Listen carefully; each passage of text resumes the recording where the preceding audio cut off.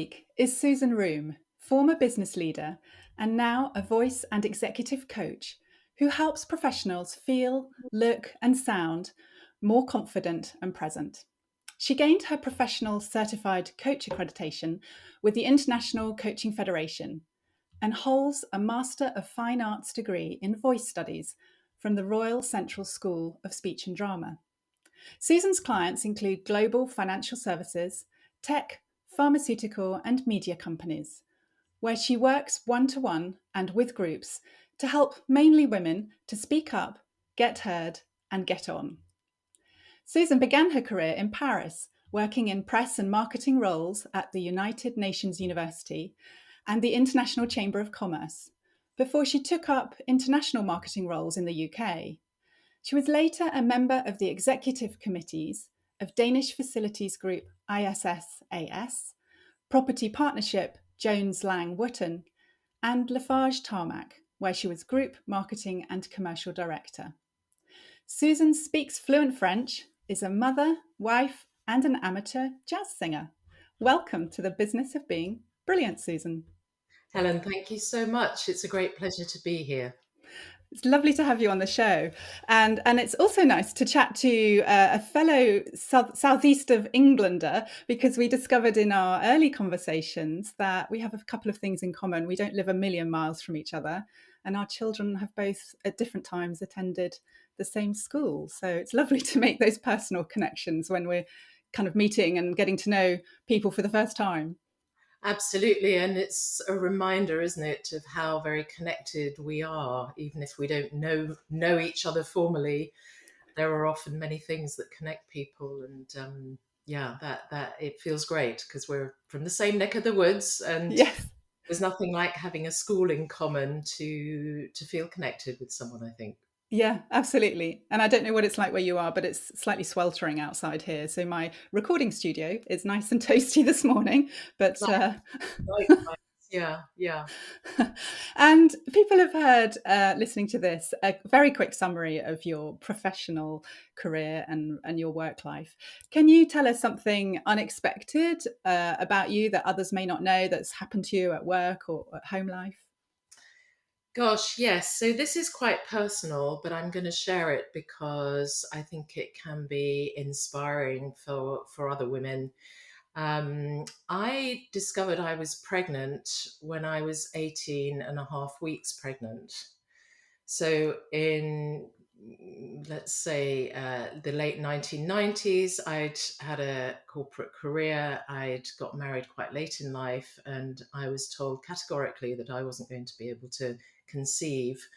And so, with my husband, we went and bought a French farmhouse to focus our minds and have a new project and grieve and move on. And buying that French farmhouse, I think, was the magic ingredient because, yeah, I fell pregnant. And because I was so convinced that it wasn't a possibility and I'd rather blanked it out, I I just didn't tune into the fact that I might be pregnant. And when I went and got checked out, I was told, yes, 18 and a half weeks. And that was, I think, probably the biggest surprise of my life and also the biggest joy, of course. Yeah. Wow, what an amazing story. Thank you for sharing that. And I can't begin to imagine, well, how difficult it is to hear the news that you're not going to be able to have your child. Although we've talked before, and my husband and I were given the same message as well many years ago, and we now have a daughter. But also then to discover again, having kind of emotionally and mentally tried to move on and plan your life without children, to then discover you're not just pregnant, but you're that far into a pregnancy, not just short of your 20-week scan, which would be a second scan. That must have been astonishing. Yeah, absolutely. And it's as you were speaking there, I was thinking in those times, my body and my mind were obviously very disconnected because my body was clearly doing things that my mind was denying. And it's interesting because now the work I do is very much about mind and body connection. So mind, body, voice, everything is connected. And the more we tap in and listen to all of those things and how they work together, the more rich our learning and the more rich our coaching or our work with other people. So yeah, that's for me a really interesting thing to notice right now. I was very Yeah. disconnected. The two were really disconnected then. Yes. I've heard lots of stories in the press, as you do read about, people often, younger teenagers who hadn't planned on their pregnancy, hadn't not realizing that they were pregnant, and you often think, well, how can that be? But I know from many different stories that there are often lots of very good reasons why they hadn't discovered that straight away, and Mm, really interesting to hear your experience of that. mm. Thank you.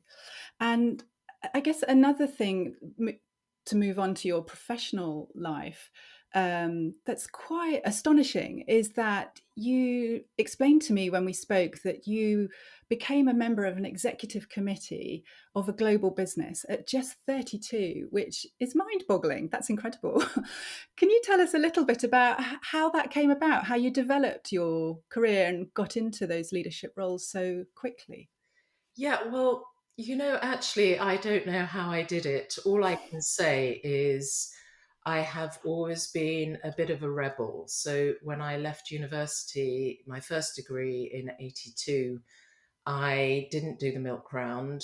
I didn't fancy being a graduate and going onto a graduate scheme with a big company. I branched out and just decided I was going to go to Paris because I'd spent years studying and visiting France, where my father lived for many years. And I wanted to speak French. And even if I was going to do something quite menial, I wanted to live the life in Paris. So that's what I did. And I managed, I think, just to get some really interesting roles, particularly with the International Chamber of Commerce. Did a lot of traveling, met a lot of very influential business people, working in the press office, really learning on the job, completely on the job. And when I decided to come back to the UK in 1990, I suppose that network, my knowledge of a wide range of business policy issues, which I'd acquired during my work in the ICC press office, that almost allowed me, I suppose, in retrospect, to leapfrog, um, and to join ISS Europe, huge facilities management company, and Waldemar Schmidt, who was the CEO at the time, invited me to join the executive committee. And I am forever grateful to him and still very much in touch with him for his belief in me. And he obviously saw something in me that, allowed him to invite me to join the Exco at that young age. I have to say it was quite daunting once I'd said yes, realize what I'd signed up for. But it was a wonderful time of my career, actually. Yeah, fascinating. I was just going to ask, how did it feel when you said yes and then found yourself on the Exco? Was it quite terrifying to suddenly be, in executive committee meetings? And did that feel like a big transition to get your head round? Yes, it did. Although, again, my work with the ICC, because I'd been interviewing and networking and speaking with some very senior business people and politicians. The ICC is one of those very large, influential organizations. It's not the International Cricket Conference, whatever it is. It's The other ICC. the Chamber of Commerce, yeah.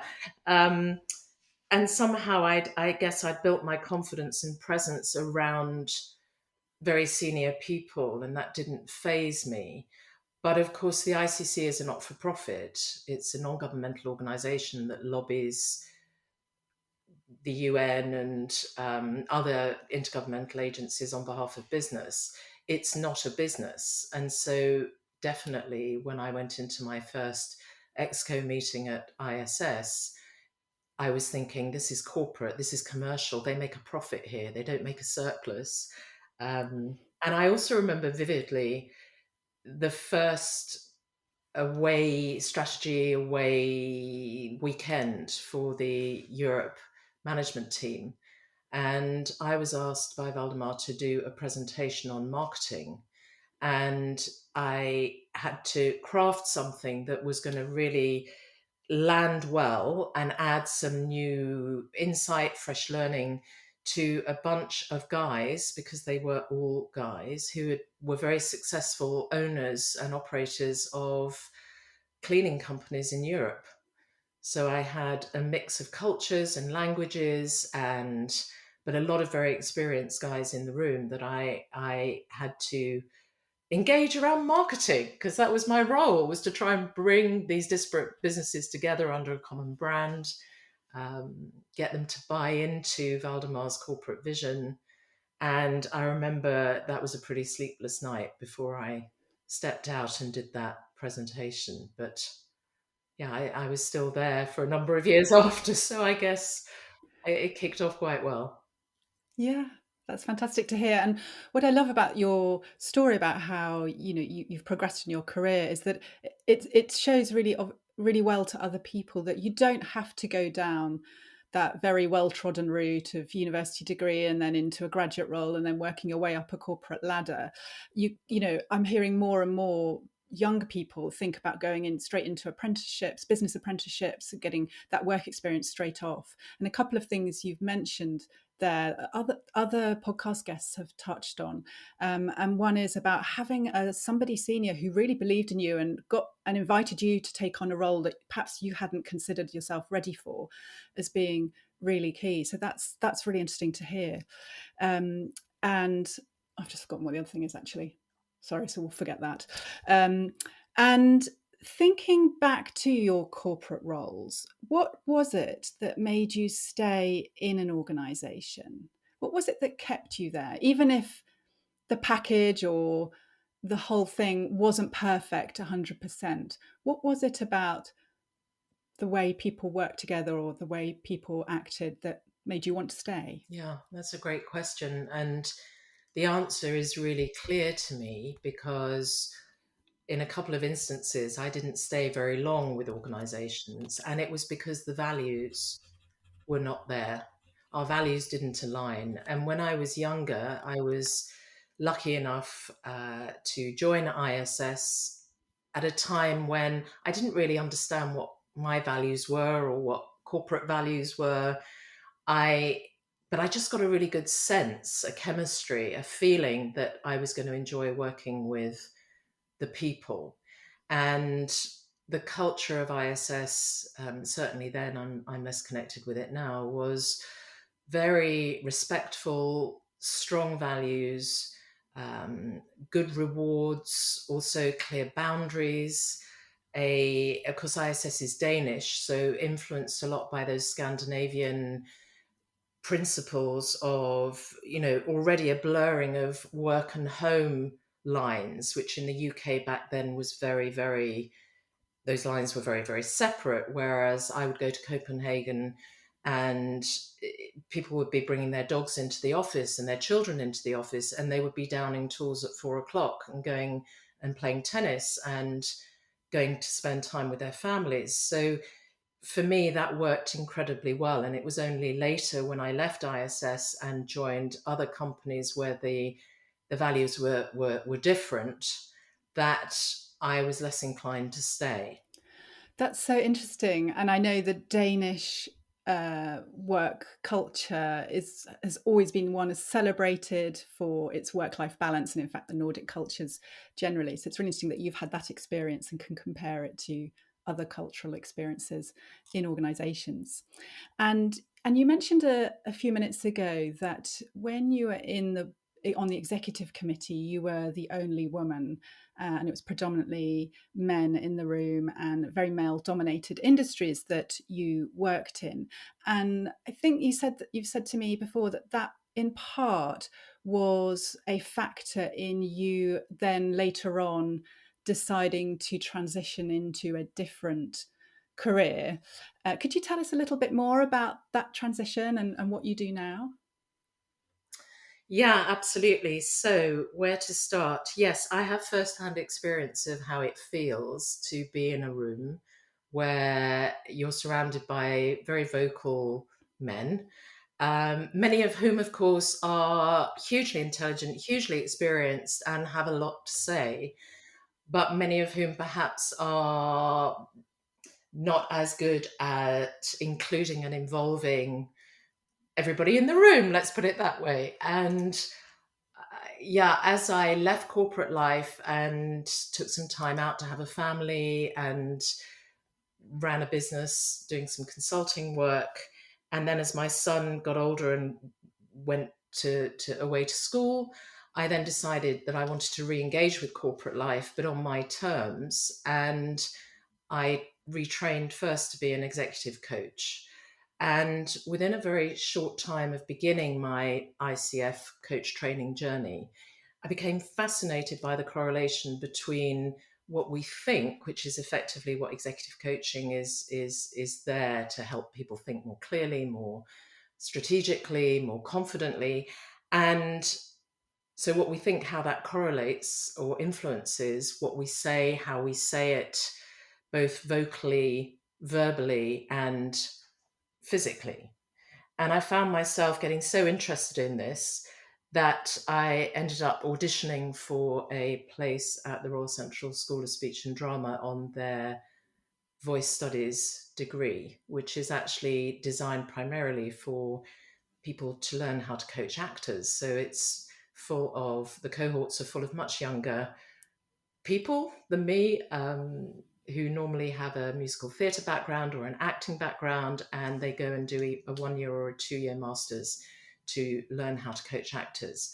But I auditioned, I got a place, and I embarked in my late 50s on this whole new career and this insight, this journey into voice and body language and speech. And that's what I do today. So I combine exec coaching, what's going on in here, with how do we show up physically? How does that affect the words that come out of our mouth? And then how do we use our voice, which is the most underrated superpower we have, to choose how we're going to say something. And yeah, that's effectively what I do today. And I'm particularly keen on working with women, although I work with many others too, and indeed any underrepresented groups, young people. I've been doing a lot of pro bono coaching with young people because the voice, as I say, is such an underrated power. And unless you're a trained public speaker or a singer, you probably don't have a great insight into what your voice is capable of, or indeed how to use it and play it like the instrument that it is, or warm it up to play it like the instrument it is.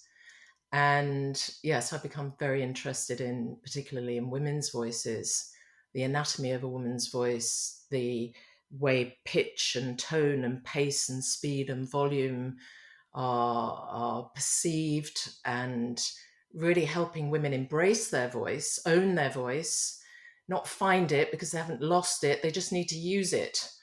And I'm on a bit of a mission to enable them to do that more, so that we hear more women's voices, not just in boardrooms, but in society as a whole.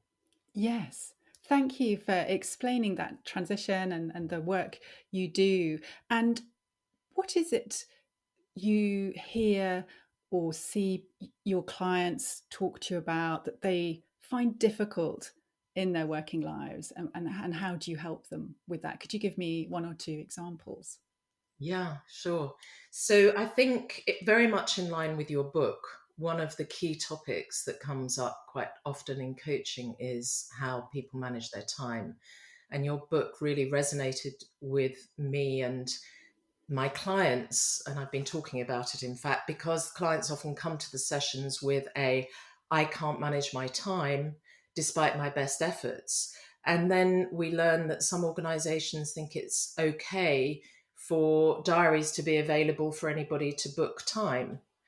And so one of the key things that I might be coaching around is, if that's the culture of the organization and there's an expectation that people can just book your time without consultation or any involvement from you, then what can you do to firmly, warmly, likably push back and manage your boundaries so that you are in charge of your time, because it is our greatest asset. And it's so precious, it's, we need to protect it.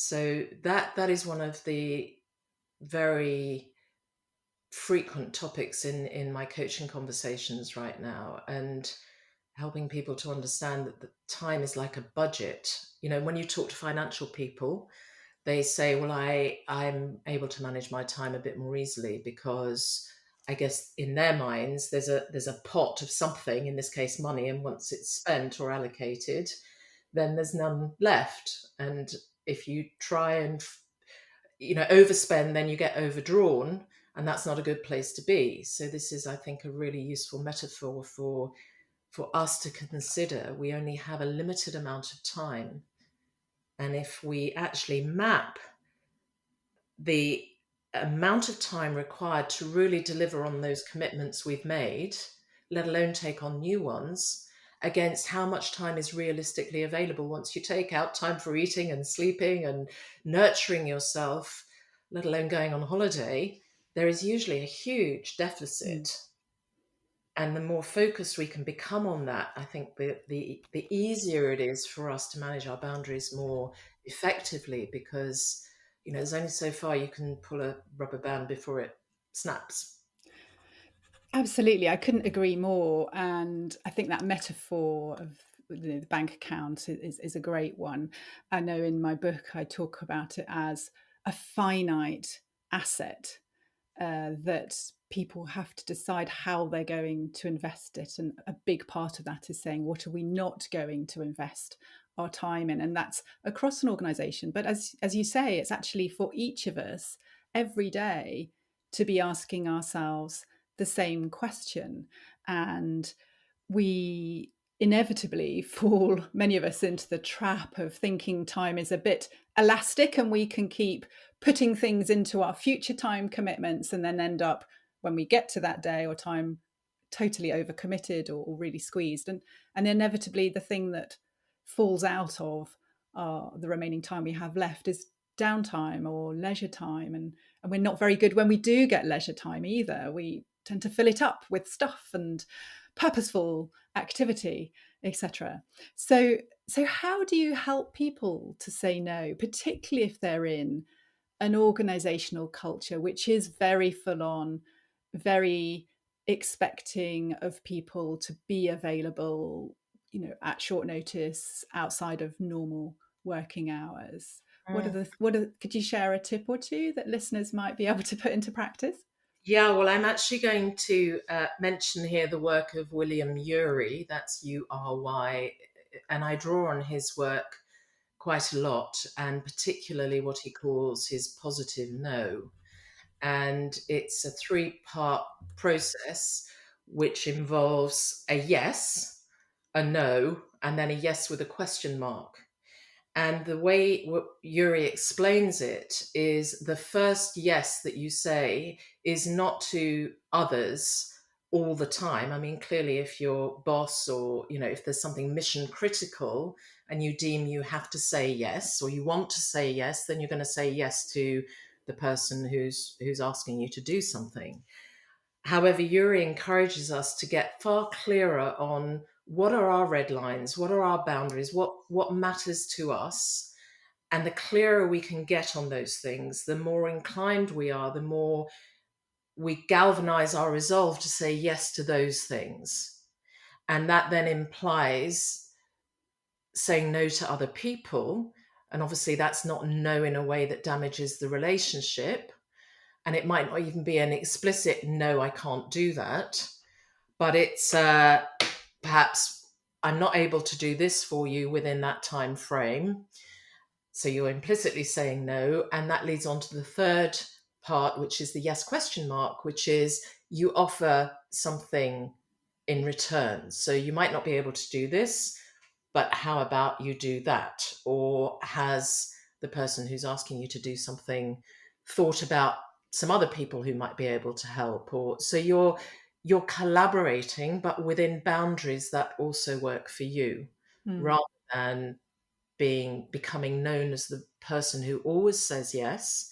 And we know how they tend to attract more and more work because they always say yes. And that little phrase, we teach people how to treat us, I think is worth remembering here. The more we say yes and we're seen to be the person who always does that, the more we are telling people effectively it's okay to keep asking me. Hmm. Not. So I think this little model is one useful way of reminding ourselves that we too have boundaries and values, and it's okay to say no. Again, Yuri's work suggests that people are fearful about saying no because they fear it's going to damage a relationship. But actually, we're more likely to damage the relationship if we take on too much. And then we burn out or we can't deliver to the expectations, our own and others. So, this is, I think, I like frameworks, I like models. They make sense of things that can otherwise feel messy. And Yuri's model is one that I particularly like. Yes, it's a great one. I've not come across it before, but I really like it because it's it sends that message that even if you can't say yes then and there to the request that somebody is making of you, you are getting across that you want to help them, but you're also being respectful of your own and their needs as well around time or availability or whatever. So I think when we push back and we say no to others and we perhaps ask them questions that help them to get clearer on what is driving their request and particularly what is driving their deadlines, it can be incredibly helpful because we know how busyness sometimes sort of eh, overflows and people come to us with multiple requests that aren't particularly well thought through. And by pausing and asking questions to get clarity on what it is we're being asked. Are we the right person to do it? Have we got the capacity? If we haven't, what needs to fall away in order for us to do this if this is the new priority? We're actually helping ourselves and others working with us, often our manager, to get clearer on what it is they're asking and what the consequences and implications are of their requests. So I think it takes courage, but it's ultimately really powerful for individuals, teams, and organizations. Yeah, I love that. I totally agree. I think you're spot on. A lot of people say that this whole overwhelm, overload, busyness, and time pressure at work, a lot of that boils down to poor planning, poor scoping, and poor commissioning of work.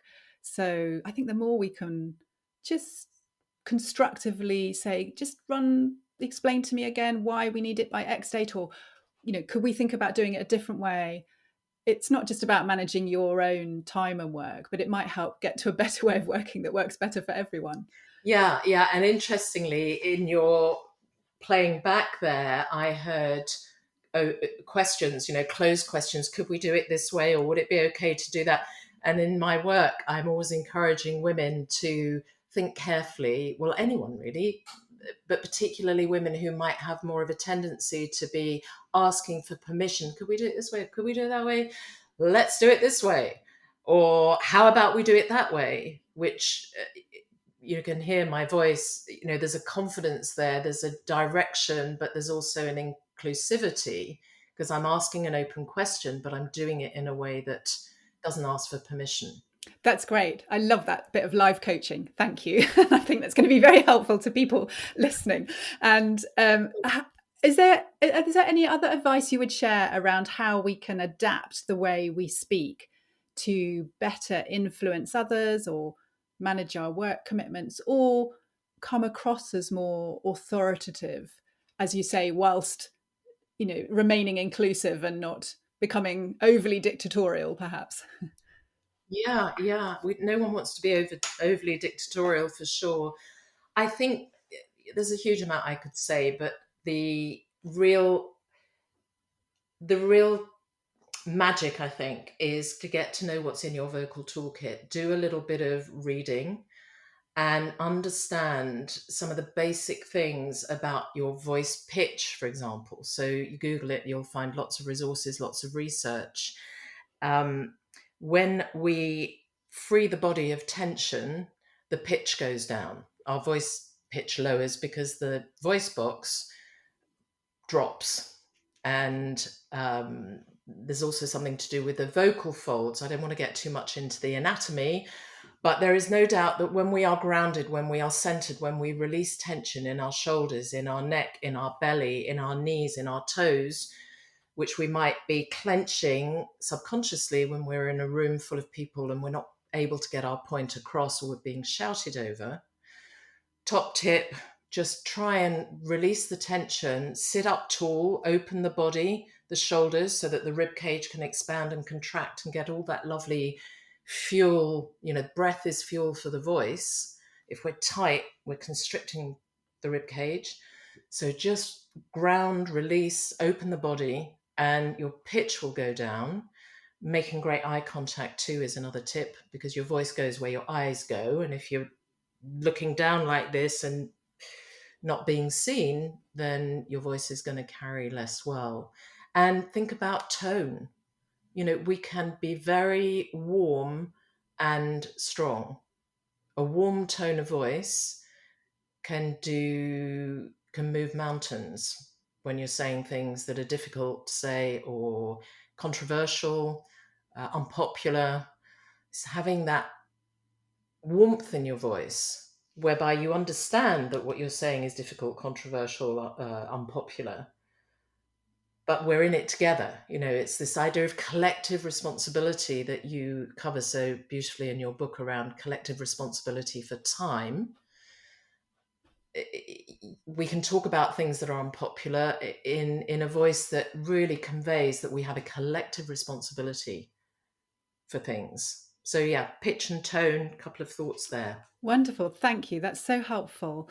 And I'm sure we can draw on that advice in our relationships outside of work as well, whether as a parent or a partner, when we are having a difficult conversation, perhaps, or needing to reach an agreement on something where we're perhaps in different positions or different starting points. So lovely. And what resource of any kind would you recommend to others that you've found particularly helpful at some point in your career? So now I know about it, I would highly recommend the vocal warm up.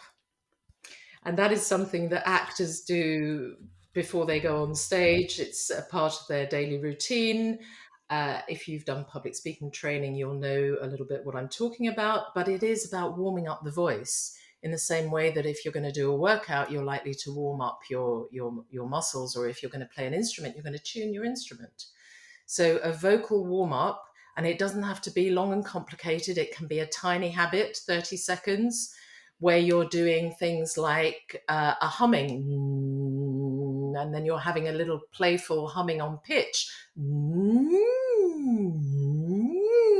exploring and opening up your pitch range and feeling the vibrations on your lips. Speech is about vibrations. You're opening up your face. You're making yourself much more interesting to listen to, and people will be more engaged, not just with what you're saying, but also how you're saying it facially and vocally. So the vocal warm up. Thank you.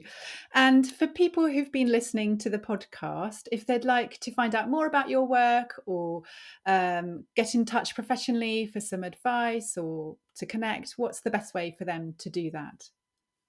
So through my website, www.susanroom.com, or LinkedIn. So I'd love to see your listeners on LinkedIn. Twitter, you can also follow me on Twitter.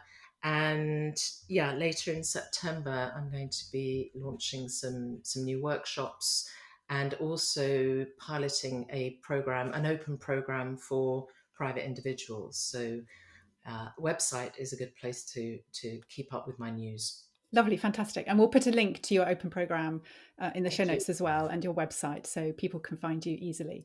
Thank you. Thank you so much, Susan, for joining me on the podcast today. It's been such a pleasure talking with you and hearing more about your corporate life and then your transition into your voice and executive coaching. And thank you so much for sharing many practical pieces of advice and things that we can do to boost our own impact and presence and confidence at work. You've been a brilliant guest. Thank you for joining me. Oh, thank you so much. It's been a wonderful way to spend some time. So thank